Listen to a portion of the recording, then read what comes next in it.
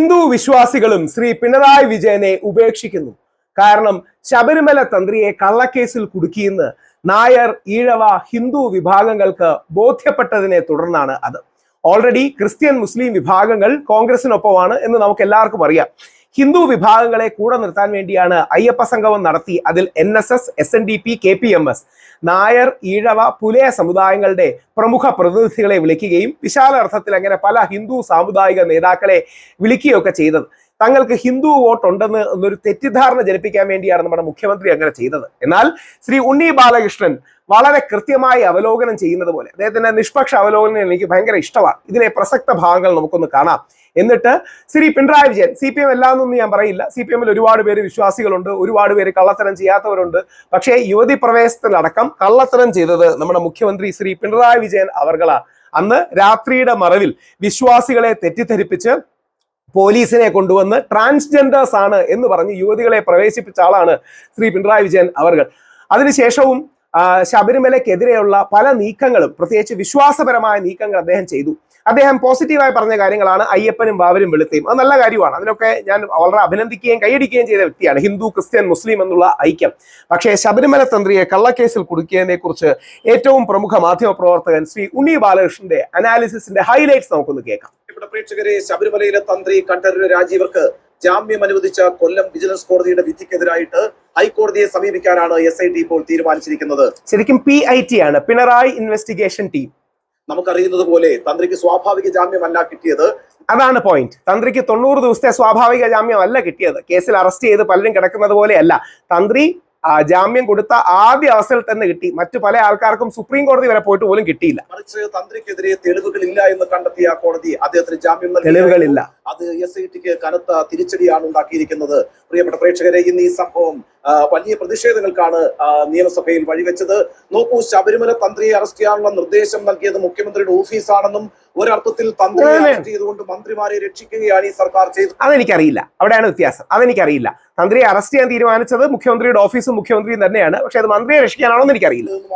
പ്രതിപക്ഷത്ത് നിന്ന് രമേശ് ചെന്നിത്തല അതിശക്തമായ ആരോപണം ഉന്നയിച്ചത് തന്ത്രി എന്ന് പറഞ്ഞാൽ പെരുങ്കള്ളന്മാരുടെ ലിസ്റ്റിൽപ്പെട്ട ഒരാളാണ് എന്നാണല്ലോ CPMന്റെ സംസ്ഥാന സെക്രട്ടറി ആയിട്ടുള്ള MV ഗോവിന്ദൻ കഴിഞ്ഞ ദിവസം. വളരെ നന്നായി. അപ്പൊ മനസ്സിലായല്ലോ ആരാണ് കുടുക്കിയെന്ന്. അതായത് CPM പാർട്ടിയും മുഖ്യമന്ത്രിയും കൂടി തീരുമാനിച്ചാണ് തന്ത്രിയെ കുടുക്കിയത്.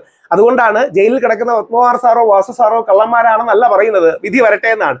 തന്ത്രി നിരപരാധിയാണെന്നുള്ള കോടതി ഉത്തരവ്, അല്ലെങ്കിൽ തന്ത്രിക്കെതിരെ അയോട്ട ഓഫ് എവിഡൻസ് ഇല്ല എന്ന് പറയുന്ന ഉത്തരവ് വന്നിട്ട് പോലും തന്ത്രി കള്ളനാണെന്ന് പറയുന്നതിന്റെ പിന്നിൽ CPMന്റെ രാഷ്ട്രീയ താല്പര്യമാണ്. മാധ്യമങ്ങളോട് പറഞ്ഞത് ഇന്നിപ്പോൾ മന്ത്രിമാർ പറഞ്ഞത് എന്താണ്? തന്ത്രിക്ക് പ്രത്യേക അവകാശങ്ങളൊന്നുമില്ല, തന്ത്രിക്ക് വേണ്ടി വക്കാലത്ത്, തന്ത്രിക്ക് ഇന്ത്യൻ പൗരന്റെ അവകാശങ്ങൾ കൊടുത്താൽ മതി, ഒരു പ്രത്യേക അവകാശവും വേണ്ട. ബാറ്റ് ചെയ്തുകൊണ്ടിരിക്കുന്നത് UDFും BJPയുമാണ് എന്നാണ് P രാജുവും MP രാജേഷും ഒക്കെ ഇന്ന് ശബരിമലയിൽ പറഞ്ഞത്. നോക്കൂ, ഈ സംഭവത്തിന്റെ പൊളിറ്റിക്കൽ ഇമ്പാക്ട് എന്തായിരിക്കും? അതാണ് സർജിക്കൽ സ്ട്രൈക്ക് ഈ എപ്പിസോഡിൽ നിങ്ങളോട് വിശദീകരിക്കാൻ പോകുന്നത്. പ്രിയപ്പെട്ട പ്രേക്ഷകർക്ക് അറിയുന്നത് പോലെ 2024 ലോക്സഭാ തെരഞ്ഞെടുപ്പിന് ശേഷം CPMും ഇടതുപക്ഷവും അതിന്റെ അടവിലും തന്ത്രത്തിലും ഒരു മാറ്റം വരുത്തുകയുണ്ടായി. എന്താണ് അവർ ചെയ്തത്? അതിശക്തമായി ന്യൂനപക്ഷ വർഗീയവാദത്തെ ഉന്നയിക്കുകയാണ് ചെയ്തത്. ജമായത്ത് എന്ന് പറയുന്ന പ്രസ്ഥാനം ഈ രാജ്യത്തും ഈ സംസ്ഥാനത്തും വലിയ വർഗീയ വിദ്വേഷം ഉണ്ടാക്കിക്കൊണ്ടിരിക്കുകയാണ് എന്നാണ് നിരന്തരം CPMന്റെ നേതാക്കളും ഇടതുപക്ഷത്തിന്റെ നേതാക്കളും പറഞ്ഞുകൊണ്ടിരിക്കുന്നത്. എന്താ അവരുടെ ഉദ്ദേശം എന്ന് പറയുന്നത്? ഭൂരിപക്ഷ ഹിന്ദു വോട്ട് ബാങ്കിലേക്ക് നുഴഞ്ഞു കയറുക എന്ന് തന്നെയാണ് അവർ. മുസ്ലിം വിരോധം പറഞ്ഞുകൊണ്ട്, BJP പറയുന്നതിന് അപ്പുറമുള്ള മുസ്ലിം വിരോധം പറഞ്ഞുകൊണ്ട് ഹിന്ദു വോട്ട് ബാങ്കിനെ കൺസോൾഡേറ്റ് ചെയ്യുക. കാര്യം മുസ്ലിങ്ങളും ക്രിസ്ത്യാനികളും കോൺഗ്രസിനാണ് വോട്ട് ചെയ്യാൻ പോകുന്നത്. ഉദ്ദേശം എന്ന് പറയുന്നത്, നോക്കൂ, 2024 തിരഞ്ഞെടുപ്പ് കൃത്യമായി തെളിയിച്ചിരിക്കുന്നത് ന്യൂനപക്ഷ വോട്ട് എന്തായാലും ഇടതുപക്ഷത്തോടൊപ്പമില്ല, ഭൂരിപക്ഷ വോട്ടും അവർക്ക് നഷ്ടപ്പെടുന്നു. മുസ്ലിം പ്രീണനമാണ് ഇടതുപക്ഷം നടത്തിക്കൊണ്ടിരിക്കുന്നത് എന്ന വിശ്വാസത്തിന്റെ പേരിൽ ഹിന്ദു വോട്ട് ബാങ്ക് എന്ന് പറയുന്നത് ഈ പറയുന്ന CPMൽ നിന്ന് ഇടതുപക്ഷത്ത് നിന്ന് അകന്നു പോയിക്കൊണ്ടിരിക്കുന്നു എന്നാണ് ആ പാർട്ടിയുടെയും ആ മുന്നണിയുടെയും വിലയിരുത്തൽ. അതിന്റെയൊക്കെ അടിസ്ഥാനത്തിലാണല്ലേ ഈ പറയുന്ന ഹിന്ദുക്കളുടെ വിശ്വാസം തിരിച്ചു പിടിക്കാൻ വേണ്ടിയിട്ടായിരുന്നു അയ്യപ്പ സംഗമം പോലൊരു പരിപാടിയൊക്കെ നടത്തിയത്. നമുക്കറിയാമല്ലോ, 2018 സുപ്രീം കോടതി യുവതീ പ്രവേശം അനുവദിച്ചുകൊണ്ട് വിധി പ്രസ്താവിച്ചപ്പോൾ അത് നടപ്പാക്കാൻ തിരക്കുകൂട്ടിയ സർക്കാർ ആയിരുന്നല്ലോ ഒന്നാം പിണറായി സർക്കാർ. അതിന് അവർക്ക് വലിയ വിലയാണ് 2019 ലോക്സഭാ തെരഞ്ഞെടുപ്പിൽ നൽകേണ്ടി വന്നത്. ഏതായാലും ആ നഷ്ടപ്പെട്ട ഹിന്ദു വോട്ടുകൾ തിരിച്ചു പിടിക്കുക എന്ന ലക്ഷ്യത്തോടുകൂടിയാണ് CPM അതിന്റെ അടവിലും തന്ത്രത്തിലും ഒരു മാറ്റം വരുത്തിയത്. നോക്കൂ, നിലവിലെ സ്ഥിതി എന്താണ്? CPMന്റെ കണക്കുകൂട്ടൽ എന്ന് പറയുന്നത്? നമുക്ക് കേരളത്തിലെ നിയമസഭാ മണ്ഡലങ്ങളെ 2 ഭാഗങ്ങളായി വിഭജിക്കാം. ഒന്നെന്ന് പറയുന്നത് മലബാറാണ്, മറ്റത് തിരുക്കൊച്ചിയാണ്. മലബാറിൽ നോക്കൂ, 60 നിയമസഭാ മണ്ഡലങ്ങളാണുള്ളത്. എന്താണ് 2021 നിയമസഭാ തെരഞ്ഞെടുപ്പ് കാണിക്കുന്ന ഫലം എന്ന് പറയുന്നത്? ഈ 60 മണ്ഡലങ്ങളിൽ 38 മണ്ഡലങ്ങളും CPM-ഉം ഇടതുപക്ഷവുമാണ് നേടിയത് കേട്ടോ. കേവലം 22 മണ്ഡലങ്ങൾ മാത്രമാണ് മലബാറിൽ UDF-ന് നേടാൻ കഴിഞ്ഞത്. അതിൽ തന്നെ 15 മണ്ഡലങ്ങൾ നേടിയത് ഈ പറയുന്ന മുസ്ലിം ലീഗാണ്. കേവലം 6 മണ്ഡലങ്ങൾ മാത്രമാണ് കോൺഗ്രസിന് അവിടെ നിന്ന് നേടാനായത്. ഒരു മണ്ഡലം എന്ന് പറയുന്നത് വടകരയിൽ RMPയുടെ രമ ജയിച്ച മണ്ഡലവുമാണ്. അങ്ങനെ 22 മണ്ഡലങ്ങളിൽ മാത്രമാണ് മലബാറിലെ ആകെയുള്ള 60 മണ്ഡലങ്ങളിൽ 22 മണ്ഡലങ്ങളിൽ മാത്രമാണ് ഈ പറയുന്ന കോൺഗ്രസിനും UDF-നും അവിടെ വിജയിച്ചു വരാൻ കഴിഞ്ഞത്. അത് തന്നെ ലീഗിന്റെ ഒരു സംഖ്യാബലത്തിൽ തന്നെയാണ്.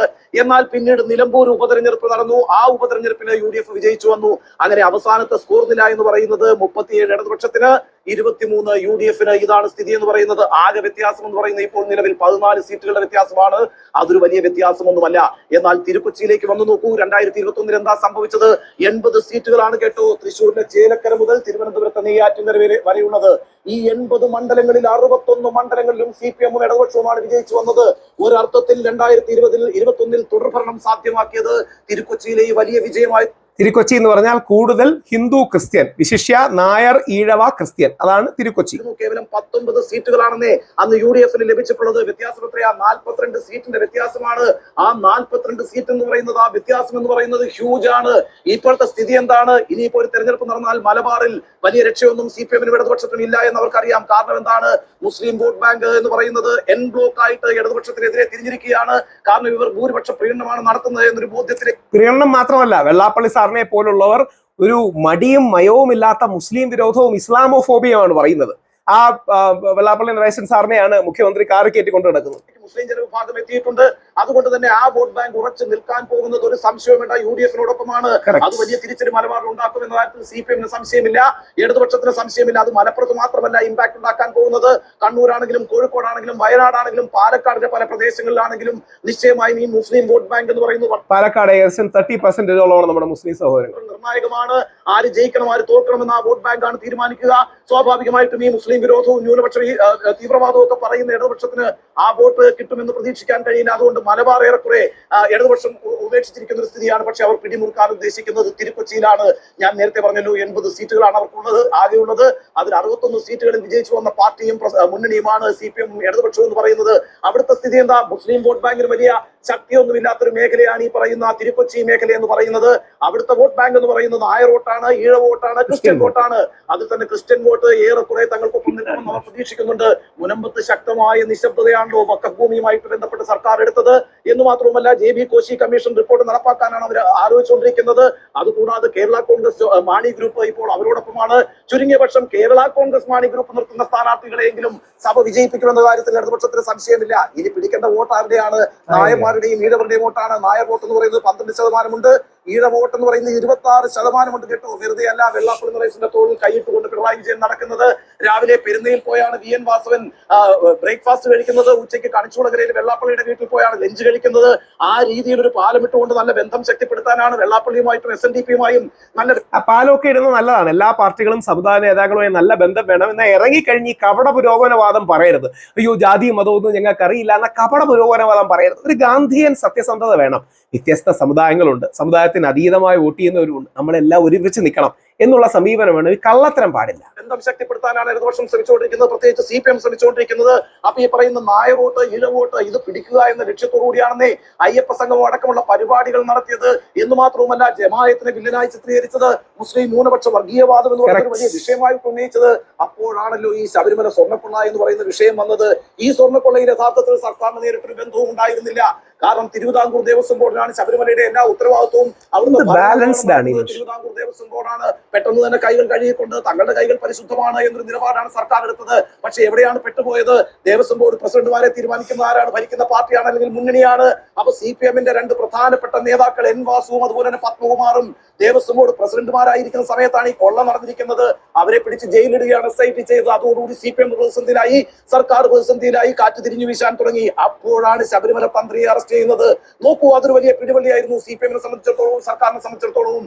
ശബരിമല ഭഗവാന്റെ സ്വർണ്ണം മോഷ്ടിച്ച പ്രവർത്തിച്ചത് ആരായാലും അവരെയൊക്കെ ഞങ്ങൾ ജയിലിലാക്കും എന്നാണെന്ന് എല്ലാ CPM നേതാക്കളും ഇടതുപക്ഷ നേതാക്കളും പറഞ്ഞുകൊണ്ടിരുന്നത്. ഏതായാലും ഇപ്പോൾ സംഭവിച്ചിരിക്കുന്നത് എന്താണ്? കൊല്ലം വിജിലൻസ് കോടതിയുടെ വിധി വന്നിരിക്കുകയാണ്. എന്താണ് ആ വിധി എന്ന് പറയുന്നത്? തന്ത്രിക്കെതിരെ തെളിവുകളില്ല, തെളിവിന്റെ ഒരു കണിക പോലും ഹാജരാക്കാൻ SITക്ക് കഴിഞ്ഞിട്ടില്ല എന്നാണ് പറഞ്ഞിരിക്കുന്നത്. അപ്പോഴാണെന്നേ ഈ പറയുന്ന രമേശ് ചെന്നിത്തല അടക്കമുള്ള നേതാക്കൾ പറയുന്നത് തന്ത്രിയെ അറസ്റ്റ് ചെയ്തുകൊണ്ട് മന്ത്രിമാരെ രക്ഷിക്കാനാണ് CPM ശ്രമിച്ചത് എന്ന്. മറുവശത്ത് എന്താ പറഞ്ഞുകൊണ്ടിരിക്കുന്നത്? ഗോവിന്ദൻ മാസ്റ്റർ അടക്കമുള്ള ആളുകൾ പറയുന്നത് പെരുങ്കള്ളന്മാരുടെ പട്ടികയിലാണ് ഈ പറയുന്ന തന്ത്രിയുടെ സ്ഥാനം എന്നാണ്. തന്ത്രിക്ക് ജാമ്യം കൊടുത്തപ്പോൾ ആ ജാമ്യവുമായി ബന്ധപ്പെട്ട് മറ്റൊരു വിവാദം ഉയർന്നു വന്നിട്ടുണ്ടല്ലോ.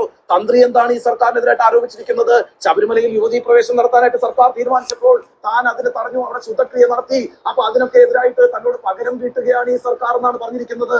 എന്തായിരിക്കും നായർ വിഭാഗത്തിനിടയിൽ, ഈഴവ വിഭാഗത്തിനിടയിൽ, അങ്ങനെ പൊതുവെ ഹിന്ദുക്കൾക്കിടയിൽ തന്ത്രി ഉന്നയിച്ചിട്ടുള്ള ആരോപണം ഉണ്ടാക്കാൻ പോകുന്ന ഇമ്പാക്ട് എന്നുള്ളത് പ്രവചനാതീതമാണ്. ആ അർത്ഥത്തിൽ പെട്ടുപോയിരിക്കുകയാണ് ഇപ്പോൾ CPM അഥവാ ഇടതുപക്ഷ മുന്നണി ഇപ്പോൾ ഇരുട്ടിൽ തപ്പുന്ന ഒരു സാഹചര്യമാണുള്ളത്. ചുരുക്കത്തിൽ എന്താ സംഭവിച്ചിരിക്കുന്നത്?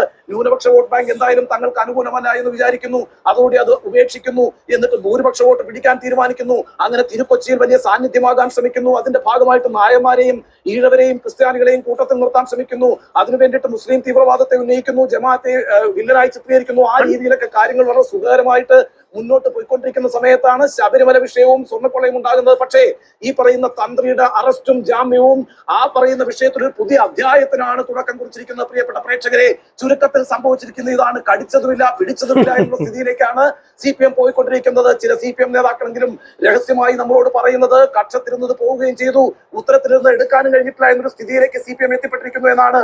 ഈ തന്ത്രിയുടെ അറസ്റ്റും അദ്ദേഹത്തിന് ലഭിച്ച ജാമ്യവും അദ്ദേഹത്തിനെതിരെ തെളിവില്ല എന്ന കോടതിയുടെ നിരീക്ഷണവും ഈ പറയുന്ന ഹിന്ദു വിഭാഗങ്ങൾക്കിടയിൽ ഇനി എന്ത് ഇമ്പാക്ട് ആണ് ഉണ്ടാക്കാൻ പോകുന്നത് എന്ന ആശങ്കയിലേക്ക് CPM എത്തിയിട്ടുണ്ട്, ഇടതുപക്ഷ മുന്നണി എത്തിയിട്ടുണ്ട്. അതാണ് അതിന്റെ പ്രശ്നം. അത് തന്ത്രി ആയതുകൊണ്ടല്ല, അത് പള്ളിയിലച്ഛനാകാം, മൗലവിയാകാം. തെളിവിന്റെ കടുകുമണി പോലും ഇല്ലാതെ ശബരിമല തന്ത്രിയെ കുടുക്കിയത് അന്യായമാണ്, അനീതിയാണ്. അത് വിശ്വാസങ്ങളോടുള്ള അവഹേളനമാണ്. അതിന് ഇടതുപക്ഷം ആ തെറ്റ് ഭാവിയിൽ ഏറ്റുപറയും. ശബരിമല യുവതി പ്രവേശനം നടത്തിയതിന്റെ പിന്നാലെ വർഷങ്ങൾക്ക് ശേഷം വീടാന്തരം കയറി മാപ്പ് പറഞ്ഞതുപോലെ ശബരിമല തന്ത്രിയെ കള്ളക്കേസിൽ കുടുക്കിയതിനും കാലവും ചരിത്രവും അവരോട് കണക്ക് ചോദിക്കുന്ന കാര്യത്തിൽ സംശയം വേണ്ട. നമ്മൾ ഹിന്ദുക്കൾ തിരിച്ചറിയാം.